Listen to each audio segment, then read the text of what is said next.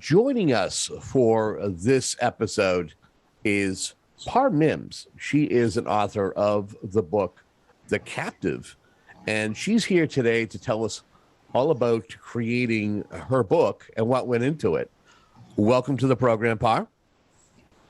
Hi, Kevin. How are you? We're doing pretty good. We're doing pretty good. Just as we get things started, tell us a little bit about yourself. Okay. Hi, I'm a Memphis writer. I'm a mother of four, and this is my first book, The Captive. I have a copy with me right here. I am writing other books, so be expecting some more from me later.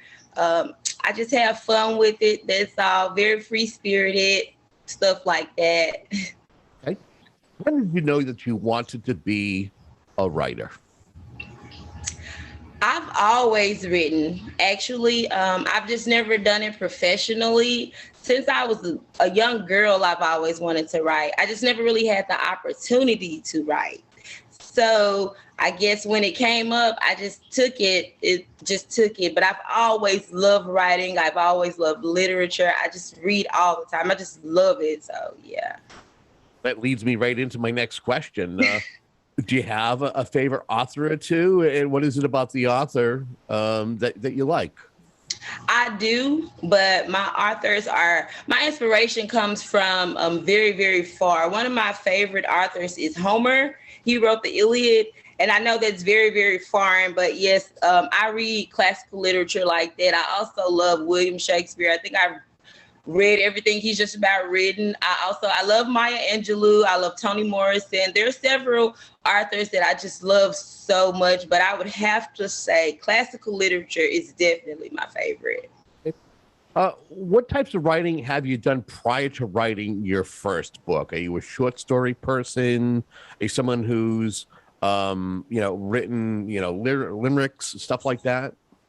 No, I've not done anything professionally writing. I've mostly focused on my career my career did entail a lot of writing, but it was for other people. So I hadn't done anything professionally for myself.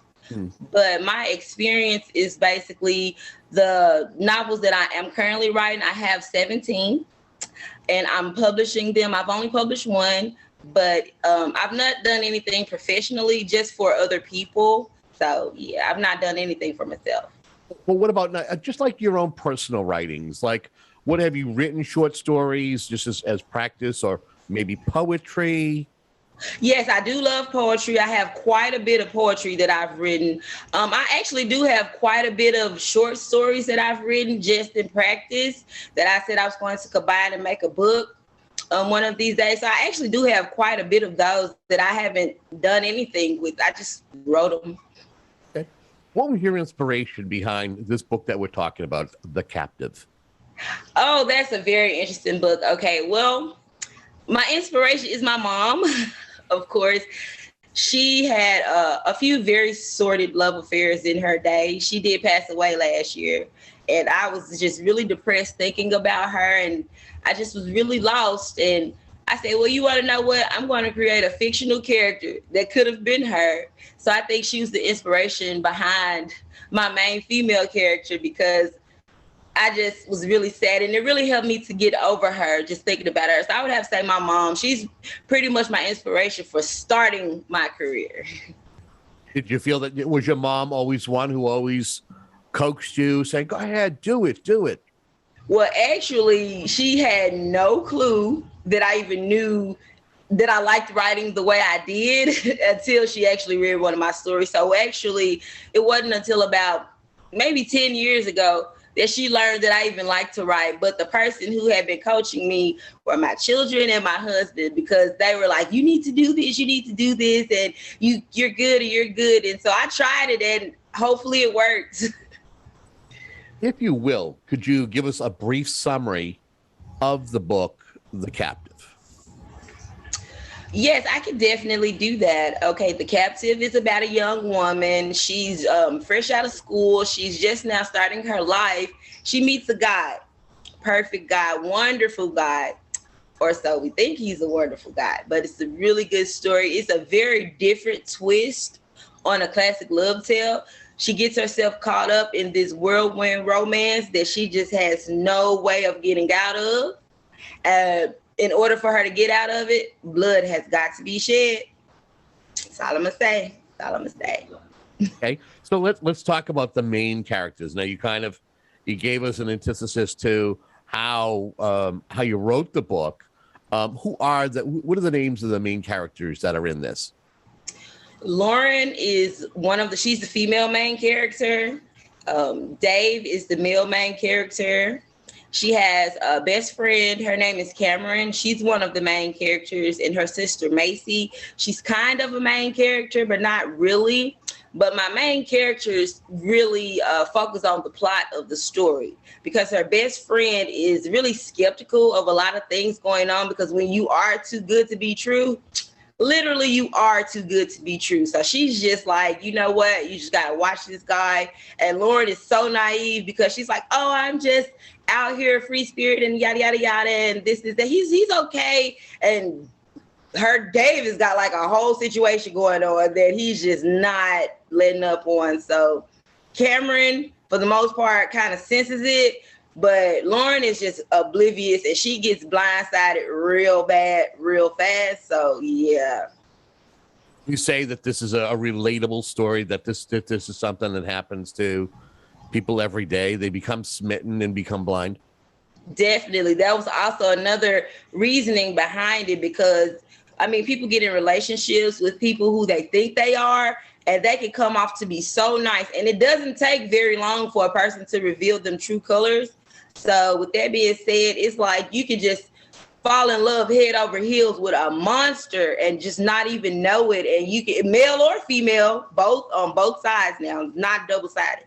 And you can just basically get yourself caught in a situation to where you just had no clue you were in this deep. You had no clue this big hurricane was coming for you. And people often do that. Like, there are so many people that are missing today because they've gotten in relationships and didn't know anything about the person that they were getting in relationships with. So yes, this is very relatable. I would employ a lot of people to read this book, because it just gives you an idea of how people can trick you and how you can just not be aware. It doesn't matter how smart, pretty, funny, you can be tricked. It doesn't really matter. People will get you. And it's not like saying a bad way, but in a relationship perspective, people are going to use what they have to get what they want. So if they want you, they're going to trick you. Not necessarily, but it goes like that sometimes.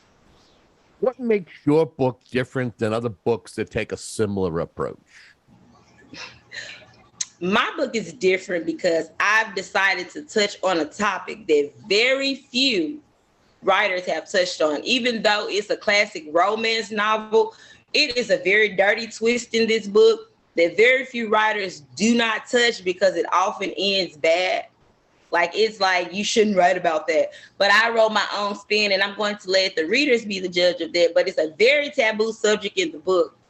And it's one of those subjects that people don't write about, which is what makes the book different, because you can write about romance and you can write about love and suspense, but the particular subject is not one that very many writers write about. And if you're tuning in, we are speaking with Par Mims, and we're talking with her about her book, The Captive. Where does this take place? What is the setting? And The Captive. When I think of The Captive, I kind of think of this, some kind of a crime element to this. So if you will, again, where's the setting?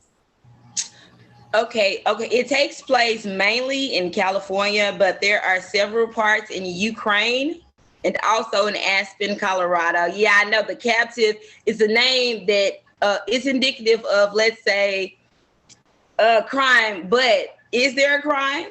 Is there really? But when you read the twist to the story, you'll understand why it's the name The Captive, because you don't know who's the captive. Once you get done, it's like, I get it, but this is crazy. So it's kind of like, it takes place California, Aspen, and Ukraine. So you'll kind of get the idea of why those places I chose, and the name also, once you read it. How long did it take you to write the book, and what was the process like for you?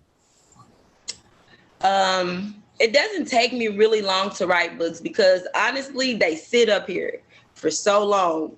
So it's kind of like it actually took me maybe 2 or 3 days to write this book, but that's only because it had been sitting in my brain for like 5 years. I don't know how I don't necessarily know my process because it's like when I'm writing a book, there's already a movie in my head.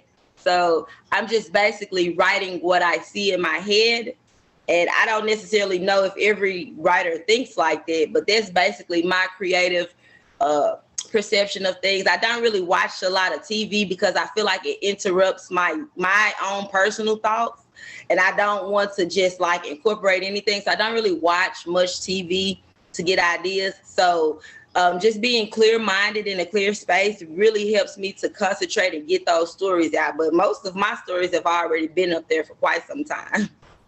Wouldn't you think that over time, as they're sitting there and they're maturating, that there would be settings would change, or as you're transferring the thought process onto paper, that there might be some changes, and as it's flowing, that you might go, maybe I might want to go in a different direction than this. Yes, that has happened so many times where I've had to change the thought process because it looks a certain way in your head, but when you write it on paper, it just doesn't match. So when that happens, well, I do kind of get stuck. I get writer's block, but before I just frustrate myself out, I'll stop and give myself like maybe 5 minutes to just say, hey, you have to rethink this. You cannot do that. You just have to rethink this. So what I'll do is just sit up for a second and probably write maybe 30 sentences and just see which one fits better. Kind of like a plus and minus situation, because it does happen a lot. Like basically you can see something, but it's really hard to write it. Like you can say bang, but you have to make the reader see the explosion. So just because something exploded doesn't necessarily have to say, hey, this exploded. You really have to explain it. So yes, I have to rethink a lot of what I write, but once again, it just comes to me after I get it out. What was the editorial process like, and having that first draft? Were you able to pass it on to somebody to look it over and make sure that it flowed? And were you able to keep the original draft as is? I was not able to pass it on to anyone because my husband was like, I don't want to read it when he got off work because he was really tired. But I did give it to Archway, and Archway really liked it as it was. I didn't do any changes to it. I didn't need any editorial from them. So they didn't really help. When my editor did read it, she did enjoy it. And she only was saying basically, we can't help with that because you've done everything. So I didn't really need any editorial help. It was just as is, basically. Okay. Well, again, and when I ask that question of authors, the answers vary. I've heard similar answers to yours. I've had some where they've been told by the publisher, you might want to lose this, or you might want to trim that. Again, everybody's different. The process is different for everybody. So when it came to choosing Archway, I mean, what was it like? Was it just a phone call? What was it like to get a publisher and have somebody who's on board with your writing? You know what? Actually, for me, the process came fairly easy. I don't know why that is. A blessing, I would have to say, because I don't know. I've never written before. I just looked up the best publishers that I could work with, someone who I could work with long term, because I do have a lot of books. And I decided to choose Archway for no particular reason other than me doing research. And once I sent my manuscript in, they were like, sure, let's go. You have a great book. Let's do this. So that's what it was. Now, as far as the cover art and anything else, what went into that? Well, that was definitely Archway helping me publish, but the idea, of course, is mine. I use the lips to signify sensuality because it is a very sensual book.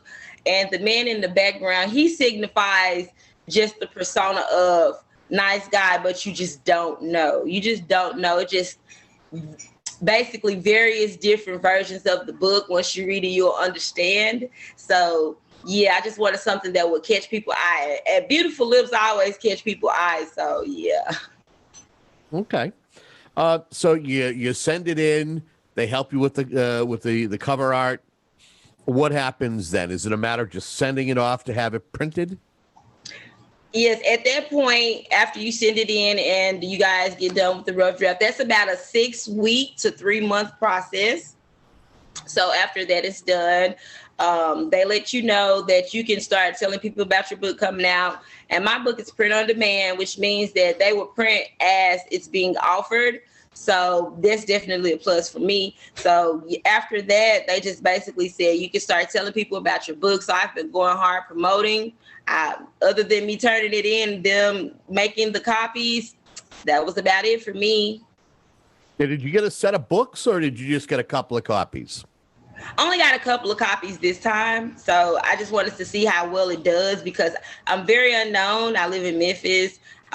So I was just trying to promote myself, and hopefully once I write my next book, I'll have a nice fan base to be able to get copies, because I would like to go and do personal signings for people, and I would like to travel, and I definitely would like to meet you in person also.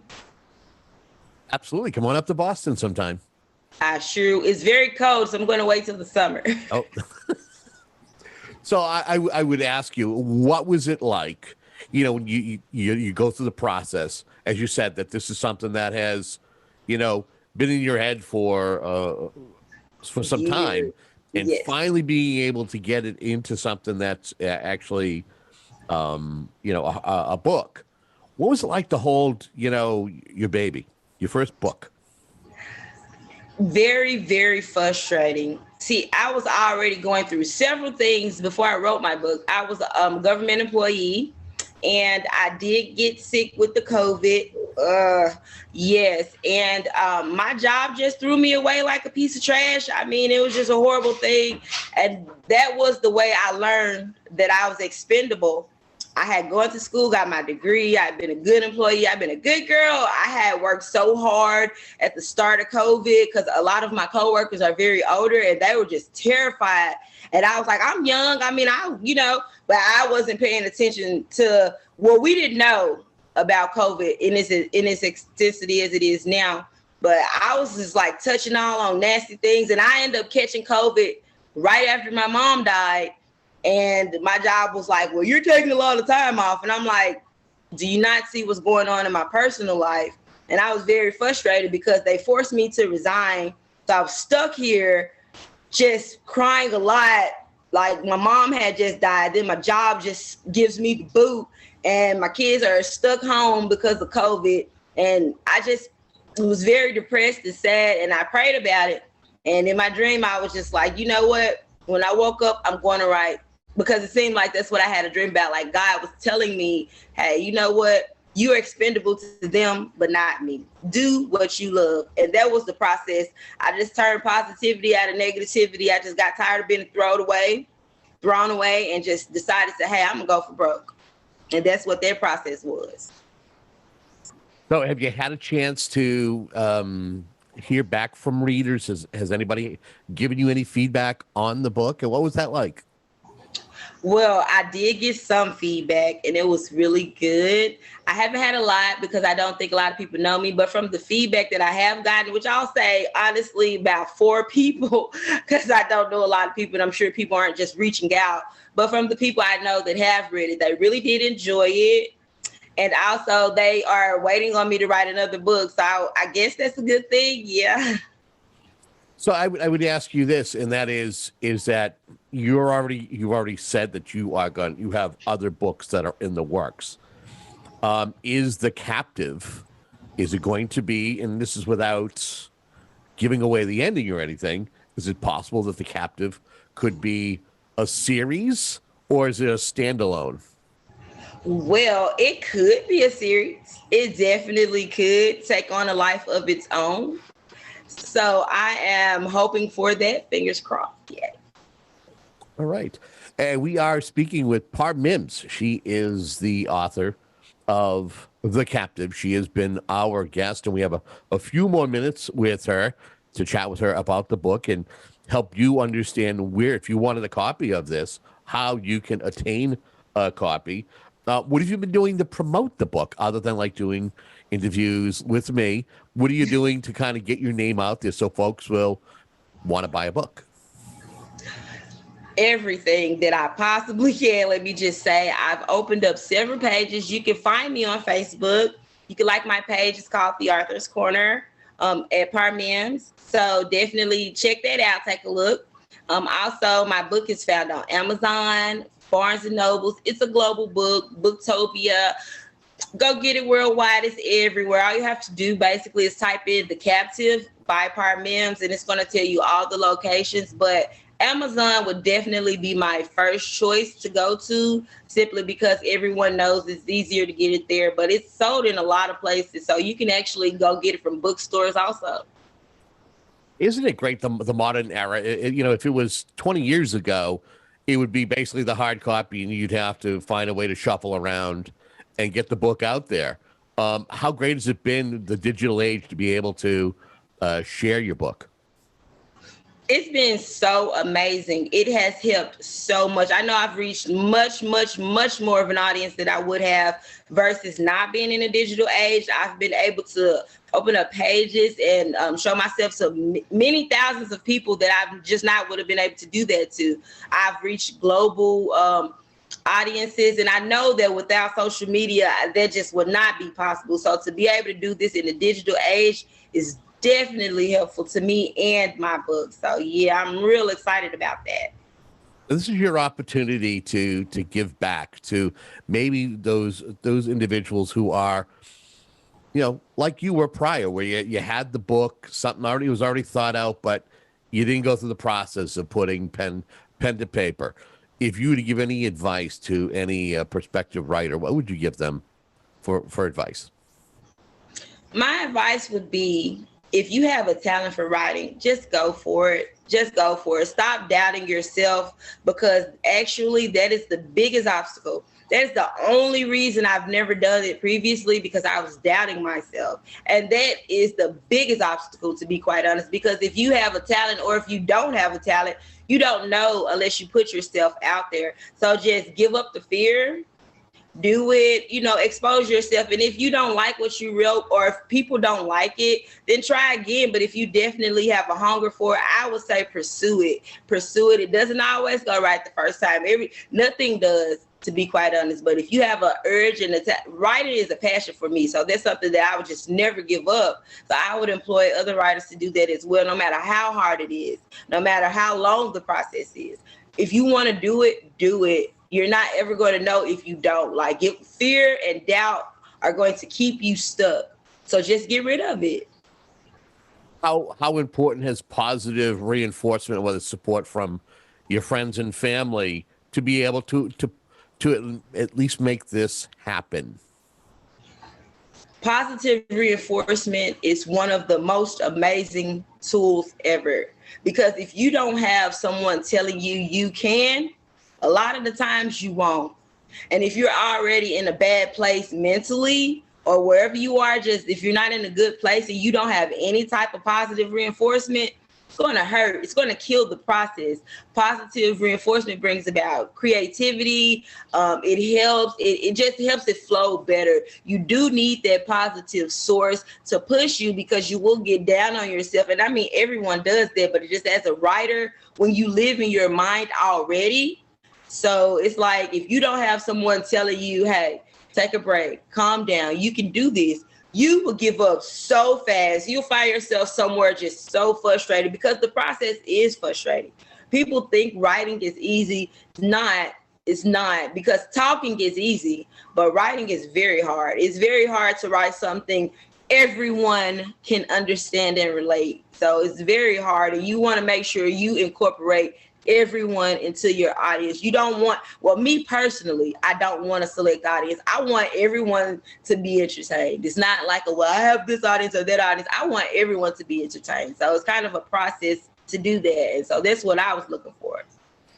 Got about a minute or two left. Is there anything that you have not been asked during this discussion, but you feel is important to at least leaving with our audience?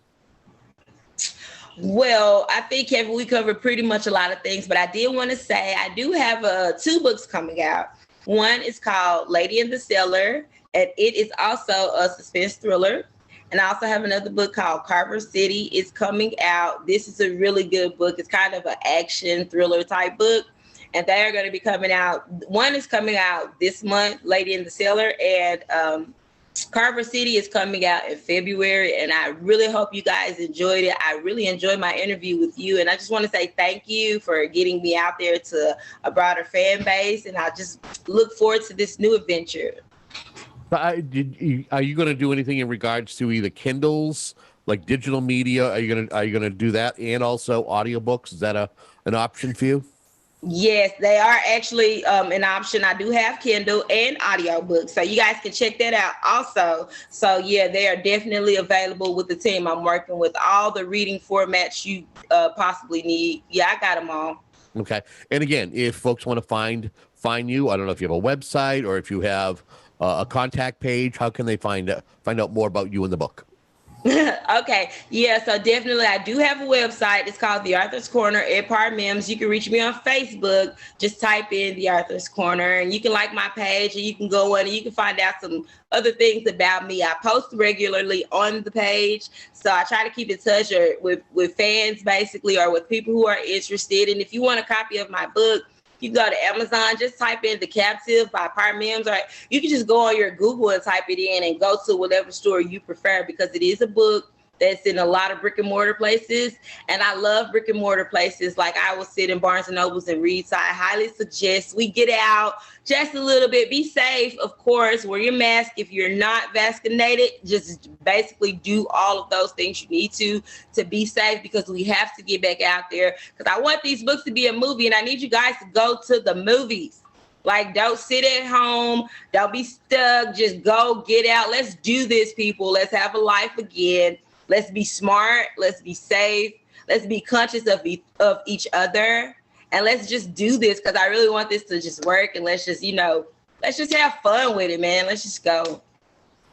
She is Par Mims. She is the author of The Captive. She has been our guest.